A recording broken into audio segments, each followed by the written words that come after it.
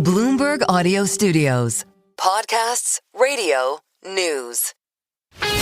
This is Bloomberg Businessweek Daily, reporting from the magazine that helps global leaders stay ahead, with insight on the people, companies, and trends shaping today's complex economy, plus global business, finance, and tech news as it happens. The Bloomberg Businessweek Daily podcast with Carol Masser and Tim Stennebeck on Bloomberg Radio.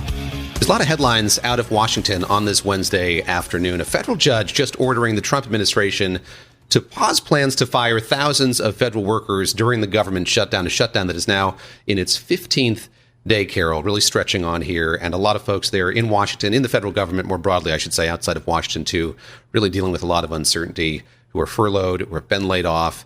This now going before the courts, this pause in place. And we're going to talk about it more with Laura Davison, who's our Washington Deputy Bureau Chief. She joins us now. Laura, I mentioned that uncertainty. I can't put too fine a point on that.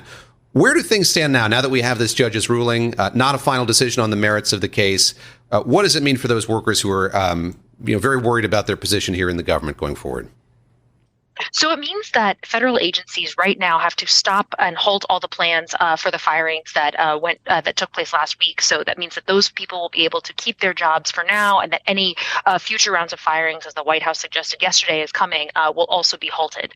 This is just a temporary block, as you mentioned. They are just paused, and there will be a decision to come later on the merits of the case about whether these can proceed. It was quite a dramatic moment this afternoon because just before this ruling came out, Russell Vought, speaking on the Charlie Kirk podcast, said that he expects that layoffs would exceed 10,000 people. Right now, we've seen about 4,000 or so that have received layoff notices. So this is very much a clash of where the White House sees things going as where the judge came in and said, hey, look, you got to hold your horses here. Laura, what's the status of conversations among lawmakers on Capitol Hill, among lawmakers and the White House, the Trump administration, just about sort of where we are in this shutdown and where it's going from here? I know there's a lot of concern about back pay. So the president was able to arrange for members of the military to be paid this week by moving some money around. The uncertainty begins to kind of compound and amass as time goes on here. What's the status of those negotiations, so much as there are negotiations here between Republicans and Democrats?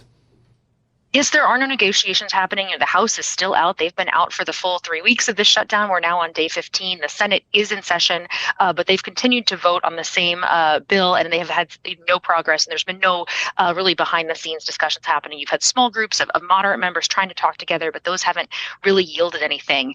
But the thing about a shutdown is that the first couple days, there's not much pain. But as the shutdown goes on, the pain compounds. You see, today, this week, and last week, we've had, millions of federal workers who have missed paychecks. Military members are getting paid at least this first paycheck in this October 15th paycheck. They'll be paid, but it's unclear if later in the month, if the shutdown persists, if they will. We've already started to see some delays with air travel. Those could mount as the months go on here. So this is very much unknown about how this ends, but we do know that as the shutdown continues, things get more and more painful and unsustainable from a political standpoint. Not good for any workers, though, that might be furloughed and not getting paid. But I want to ask you something about this because it made me kind of scratch my head. Laura, my understanding is that this isn't the final decision on the merits of the case, but also it has to do with union workers. How many of government workers are union workers? I didn't realize that there was a distinction. Yeah, there's a high percentage of federal workers who are unionized. I don't know the exact figure, but there's a patchwork of unions that represent various agencies, and they've been very involved, in the process here. We really saw them start to mobilize earlier this year in regards to the DOJ firings, as that happened very swiftly. This is one of the things that they've kind of realized is they need to get out in front of these cases a lot, because once workers leave the building, they have their badge taken away, they have their email taken away. It's really hard to bring some of those people back, even if they are later. If the firings are later ruled illegal. So you see sort of a change in strategy here of, wanting to make sure that those workers don't leave their posts, get out the door while the merits are being decided. Laura, always appreciate it. Laura Davison, of course, joining us from our DC Bureau. She's Bloomberg News Washington Deputy Bureau Chief. You're listening to the Bloomberg Businessweek Daily Podcast. Catch us live weekday afternoons from 2 to 5 Eastern. Listen on Apple CarPlay and Android Auto with the Bloomberg Business app, or watch us live on YouTube. Hey, listen, we're going to talk a little bit about earnings right now. I am also curious to see what our next guest has to say about some of these big macro issues that are coming at us. Dan Leder is president and incoming CEO of Prologis. He takes over as CEO in January. He joins us from our San Francisco studio. And we should point out that the company shares are rallying. They're up after they reported better than expected quarterly earnings. They boosted their forecasts. They talked about data center opportunities, which is always something that catches investors' attention. Stock, by the way, is up 15% year to date. Dan, great to have you here with David and myself. I do want to talk earnings, but we got to ask about the macro backdrop, whether it's trade talks between U.S. and China, government shutdown, rare earth materials, minerals. What do you really watch when it comes to some of these big macro issues? Well, thanks for having me. It's great to be here. Coming off this earnings call, this was certainly a topic for us. We had a tremendous quarter. As a matter of fact, we broke a record this quarter for leasing. We leased 62 million square feet of space throughout our 1.3 billion square foot portfolio. And you think about that in context, 62 million square feet is the equivalent of leasing Central Park in Manhattan twice over again in one quarter. So our team, working tirelessly around the world, leased 1 million square feet a business day during the third quarter. And certainly these macro business trends are telling by our customers who are the front line of the economy. You look at the softer data, and there is still some anxiety among a lot of business leaders about where things are headed. Maybe that's restricting them from making some of the CapEx expenditures that they would have otherwise. You're detailing for us very strong numbers, and I wonder what that says to you just about the capacity of these business leaders to look through or past the uncertainty surrounding policy, including trade policy. Just give us a sense of the moment that we're in right now as you understand it from talking to your customers about how they're feeling about the business climate going forward. Sure. It's a great question. One of the things we're most proud of at Prologis is our customer franchise. We have unique proprietary data and we have unique relationships, just given the size and scale of these relationships.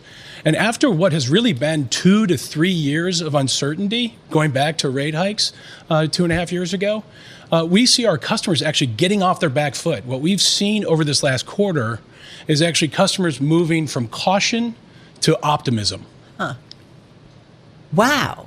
Why? Because things are getting settled in terms of trade, tariff? Like, what is it that has calmed some of your customers? I think our customers realized after a couple sluggish years of not making many decisions that they have to make long-term decisions. And that's what they do when they do business with Prologis. And they have to look through the short-term noise in order to ensure that they're positioned for growth going forward. So you're talking about Amazon, Home Depot, FedEx, UPS, Giga Cloud Technology. I mean, these are some of your big customers. So you're talking about these guys are feeling more sure about the outlook than maybe they did over the last couple of years. Yeah, precisely. As a matter of fact, coming out of a cycle, we're really in just a classic real estate cycle right now.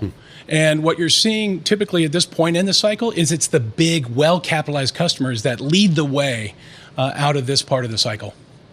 This is a basic question, you'll forgive me for, but when we talk about warehouses, what are we talking about? Are these just simply places to store stuff, or are they places where there's a lot of movement, a lot of products coming in and out? When we talk about sort of the bread and butter of your business, what are you building? What are you leasing out?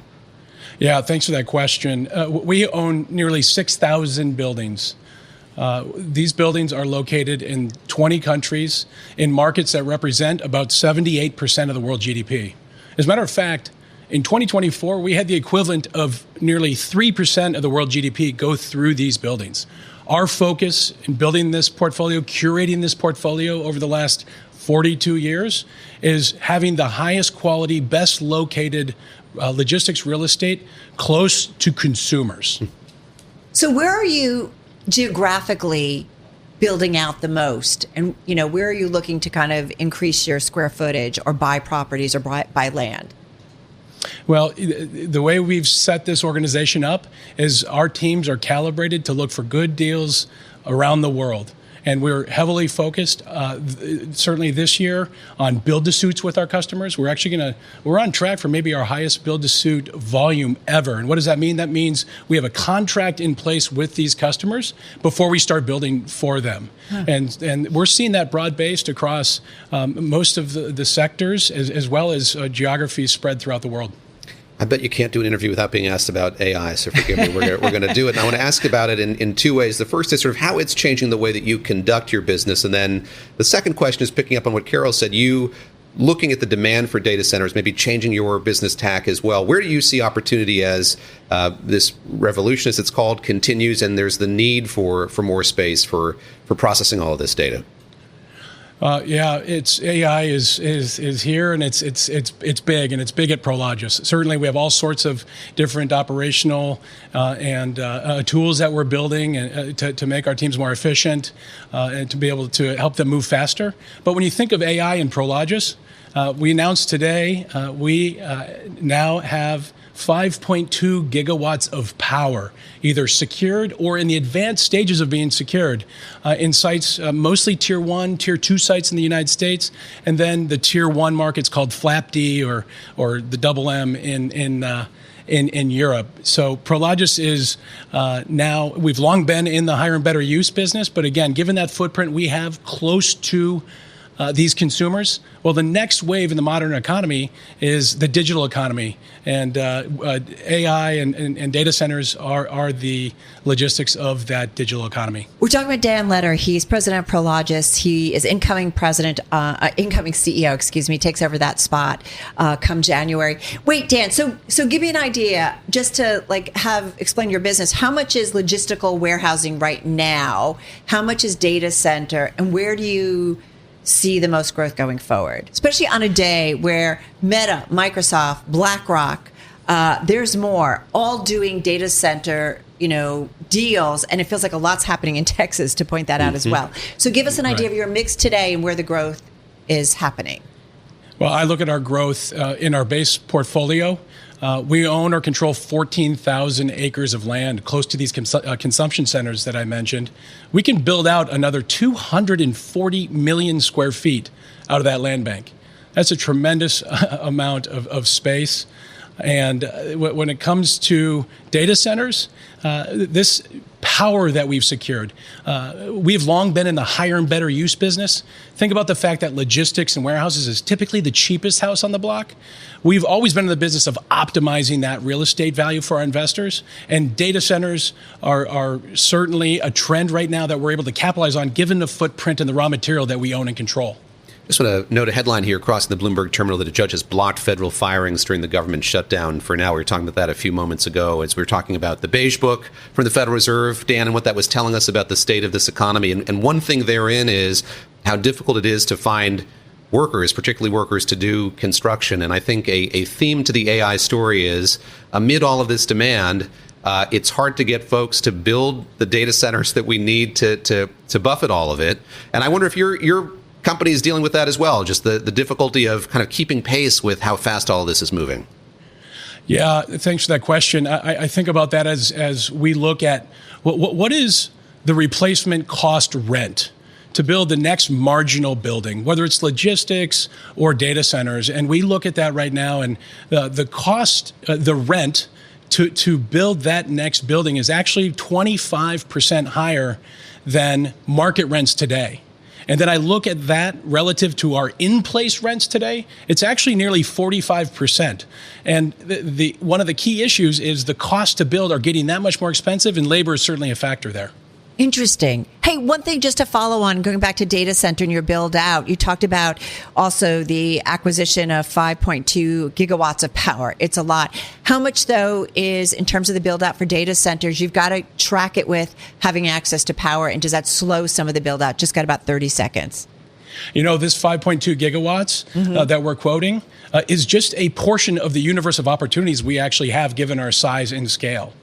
with our 6,000 buildings, there's 14,000 acres of land. We already own this land and these buildings at logistics bases. And so we brought in in-house expertise. We have a very large energy business. We've got 1 gigawatt of power that will be generating off our rooftops by the end of 2025. So we've been building that energy capability that gives us just a better relationship with the power companies. Yeah. And so we're in great shape there. Listen, a great interview, and I want to keep going. I wish we could. Dan, come back soon. Dan Leder, incoming president of Prologis, joining us here on Bloomberg.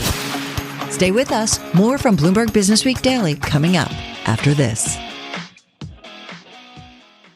You're listening to the Bloomberg Businessweek Daily podcast. Catch us live weekday afternoons from 2 to 5 p.m. Eastern. Listen on Apple CarPlay and Android Auto with the Bloomberg Business app. Or watch us live on YouTube. The AI world, Walmart kind of moving in on this, I feel like. As a result, it's on track to kind of join the elite crop of companies with $1 trillion valuation. It announced a partnership, we might remember, with OpenAI, and that really kind of pushed the stock to a record high. And there's one analyst that's really noticed this, and this is David Bellinger. He's over at Mizuho, and he is joining us right now to talk a little bit about his thinking.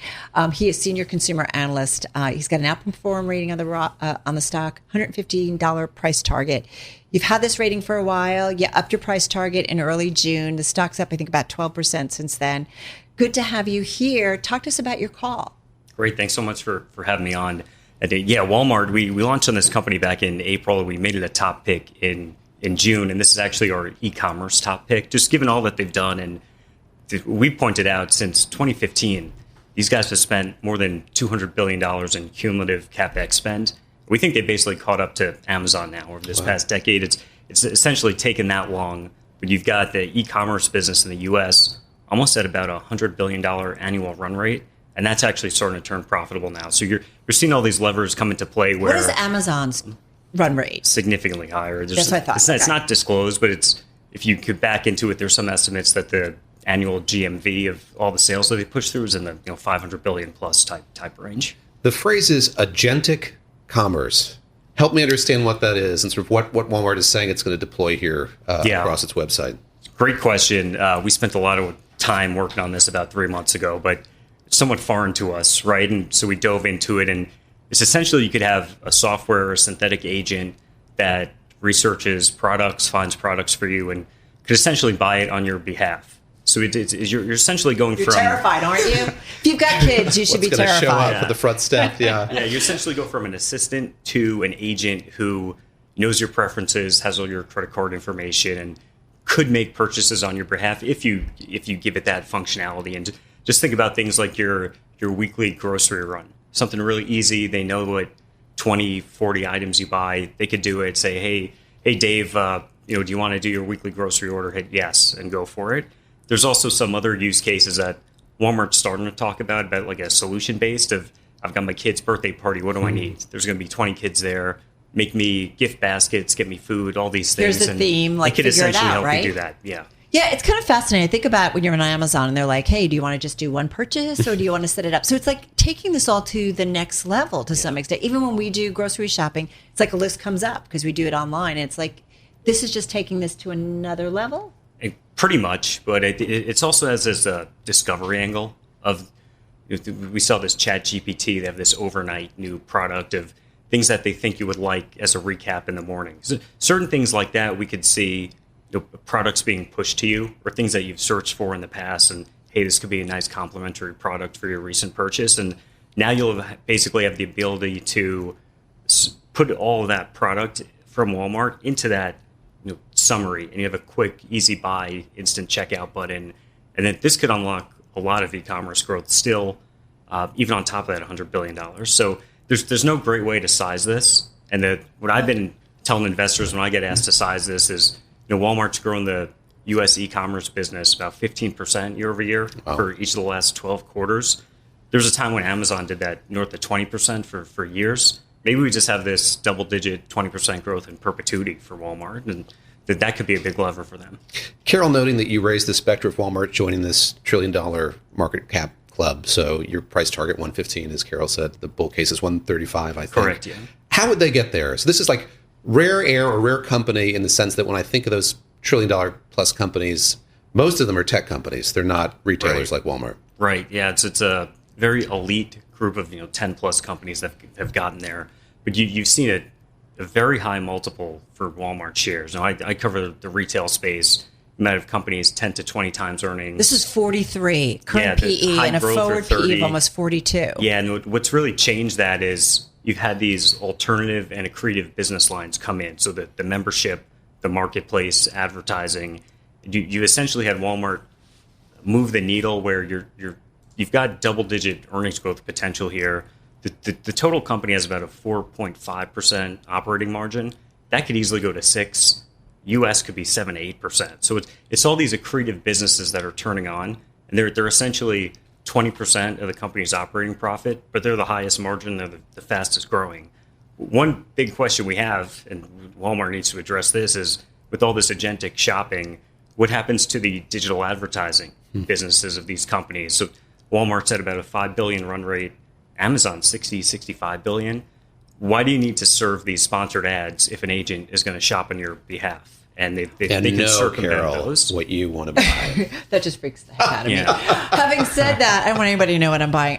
But we've also talked with people about AI, that at some point, maybe you do have ads to some extent. Like, you've got to figure out how we're going to pay. What's the revenue stream? Or are we all paying to make use of it? And when we talk about agentic AI, isn't everybody going to be on it?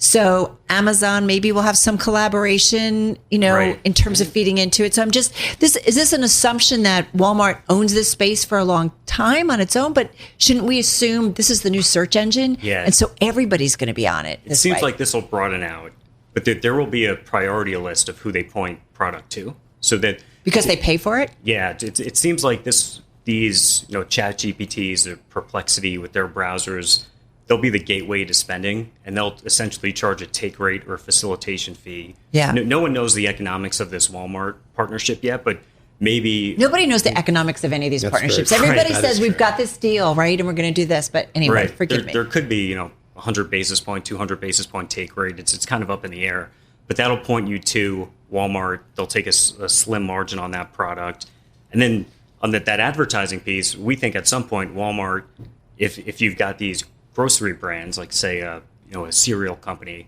they want to be in that 10, 20, 30 items you're getting every week. Maybe they have to pay a slotting fee, and that could offset some of the Chat GPT marketplace facilitation fee that Walmart's paying. So essentially you would have these grocery brands pay to be in your weekly basket for your replenishment type order.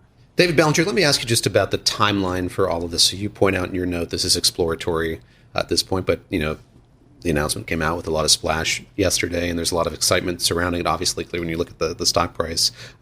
Your sense of the timetable, how quickly this is going to be something that Carol or I or you could take advantage of when you go shopping at Walmart? When we started looking at this, speaking to experts, the pace of adoption and escalation was so rapid, it was starting to scare a lot of retailers. And they had to make the shift of what do we do, start to build up their product catalogs, because that feeds into these LLMs. So we think this could be a small piece of this year's holiday sales. Maybe it's 1 or 2% of transactions. But then what does it go to next year? Could it be 10%, 20%? Right. Like that? That's sort of the blue sky scenario. Just 20 seconds. Does this mean that eventually they don't need their own website because people are going to be buying through ChatGPT or something else just quickly? Not necessarily. Okay. Because you've got these big marketplaces. Maybe people still go there directly, but it looks like these news sources are becoming a big area of traffic and referral traffic to Walmart.com. How quickly does Walmart? Oh, go. No, you go. My great status is Paul Sweeney has always said he wants to be a Walmart greeter in his retirement. It seems like this is definitely the death knell on that. Those he does always say that, doesn't he? Hey, how quickly, just 10 seconds, does Walmart get to $1 trillion in your view? We're on our way. It's got to be about $125 stock price. Our upside target, like you said, is $135. So it could happen relatively soon, but we'll see what the next steps are. It's 108 and change, and right now it's got an $867 billion market cap. Really great. Thank you so much. Nice to see you. Thank you. Yeah, coming into our studio, David Bellinger, Mizuho Senior Consumer Analyst. Stay with us. More from Bloomberg Businessweek Daily coming up after this. You're listening to the Bloomberg Businessweek Daily Podcast. Catch us live weekday afternoons from 2 to 5 Eastern. Listen on Apple CarPlay and Android Auto with the Bloomberg Business app. Or watch us live on YouTube. David Gura here in for Tim Stenevec with Carol Masser on Bloomberg Businessweek Daily. The latest beige book coming out, I guess if we use the formal term, that's the summary of commentary on current economic conditions by Federal Reserve District. We're talking about each Federal Reserve Bank gathering anecdotal information on current economic conditions in each of those districts, reporting it up to the Fed and giving us some flavor for how folks in those districts, we're talking about business owners, business leaders, are feeling about the economy at this moment and what they're seeing. This, of course, coming in advance of the next FOMC meeting at the end of this month. That I'm kind of October excited. the 28th, 29th. You're getting excited? I always do. Well, there's, a lot Whatever of strange that means factors to this one. Yeah. We will get that CPI data. We can talk a little bit about that maybe as well with Michael McKee, Bloomberg TV and Radio's international economics and policy correspondent. He is in our Bloomberg News DC bureau, and here with us in New York, Bloomberg News economics editor Molly Smith. Mike, let me start with you. This is an impossible task to synthesize these many pages just a few minutes after it crossed the Bloomberg. But what are your takeaways? I think back on the last beige book that we got, and I think that the broad indication I remember is how there's flat to declining consumer spending because for many households they were worried about the path of the economy, worried about these tariffs and the effects they were going to have going forward. Picking up on the headline Carol just read a moment ago, sounds like we're seeing more of the same here with this iteration. Yeah, pretty much. You asked how consumers and companies are feeling. I think the word would be meh. Economic activity slowed, and we saw hiring basically flat, according to the beige book. Nobody's really going out and adding employees. There is some sign, according to the beige book, that companies are increasing the pace of layoffs, and some are adopting more technology, they say. I guess a word for AI. Prices rising a little bit because of tariffs, and there are concerns about spending, which is slowing. Consumers starting to pull back, with the exception of autos, which the beige book says was driven by people trying to buy electric vehicles before the end of the tax credit at the end of September. So right now, it looks like the economy is still moving ahead. But there's you get kind of a different picture, and I'll be interested in Molly's view on this, from this beige book and what it's saying, and the Atlanta Fed's GDP Now number for the third quarter, which is about 3.8%. Molly, come on in. I think what stood out to me here is just this continued observation of this bifurcated economy between high and low income consumers. And that's what the beige book noted here, is that higher income spenders were still going out buying luxury travel and accommodation, that those kinds of categories were still strong, but that lower and middle income households still seeking discounts and promotions in the face of rising costs. So this is like just a very much like something that we've been seeing for, it feels like, I mean, this is pretty much, to me, what has defied every recession call that we've had for like the last 2 years. It's that high income households are increasingly making up the share of overall consumer spending. Right now, it's, I think, just right about 50%. Yeah, it's a big deal. You know, it's funny because I was thinking about LVMH came out, I think, with their results, and their shares surged, suggesting that maybe that slump in luxury demand is easing, because we have seen it in the space. Having said that, Molly, we're in this kind of void a little bit when it comes to government data, right? We are expecting, though, the CPI print, I think, later this month. Supposed to be today, right? No, today. It was supposed to be. But in the absence of that, I compiled for you all of the other private sector Which we say thank pages you. out there. You're so welcome. There aren't that many, though, honestly, which is something that Powell had observed yesterday when he was speaking at the NABE conference, that unlike the job market, we have so many private sector alternatives there to see what's going on with labor demand, with hiring, with wage growth. Inflation, not so much. So there are a couple of companies that compile price growth throughout the U.S., but it really is biased toward the goods space. They don't do as good of a job looking at services inflation. There are a couple of companies that specialize in housing inflation in particular, but they don't really get the overall view. So if we're really looking at just what goods inflation seemed to do in September, you definitely did see some signs of tariff pass through in certain categories. But in general, a lot of these economists are saying that the expectation is still that inflation will eventually level off. Mike, I'm going to guess that these policymakers are going to take Molly's data and couple it with what we get from the Labor Department, the CPI data that's been delayed. Just help us understand the mechanics of that and how the Fed is kind of finding its way through this very strange moment with the shutdown extending into 3 weeks now. And I'm curious how much of a hindrance that is for them as they plot a path forward here. If any of that kind of resonated in what you heard from Chair Powell yesterday. Well, I think there are 19 members of the Open Market Committee, and I think we had 19 downloads of Molly's story today about alternative data. At least, I should say. More than that. Ouch! That's what they're using. Really, all of a sudden.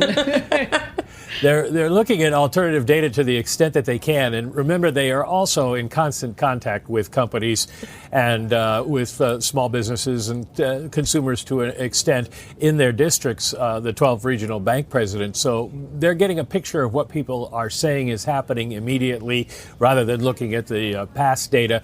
And they're going to be making their decision based on what their estimate of what is, what is going to happen going forward, rather than what has already happened. They will have a pretty complete CPI report because the data was all gathered before the government went out. But the concern is whether they will have any October data, because we're getting deep into the month and they'll be able to collect less and less of it as the month goes on. So they really have to start relying on forecasts for what they think is going to happen. And in that case, what you get is different districts see different developments in markets, and this has just been a story throughout the Federal Reserve's time in being, because the country is one big country, but there are a lot of different changes.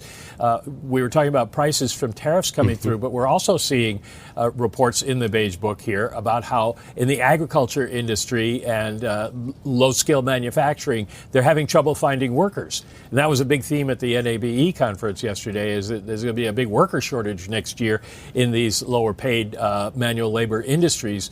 And that could drive up prices as well. So a lot of cross currents out there for which there isn't great data right now. And Molly, kind of complementing that as I look at the summary in the Beige Book that was just released, labor supply in the hospitality, agriculture, construction, and manufacturing sectors is reportedly strained in several districts due to recent changes to immigration policies. This is the other kind of big story looming here, the effect that this administration's crackdown on immigration is going to have on the economy. So there you have the anecdotal evidence borne out.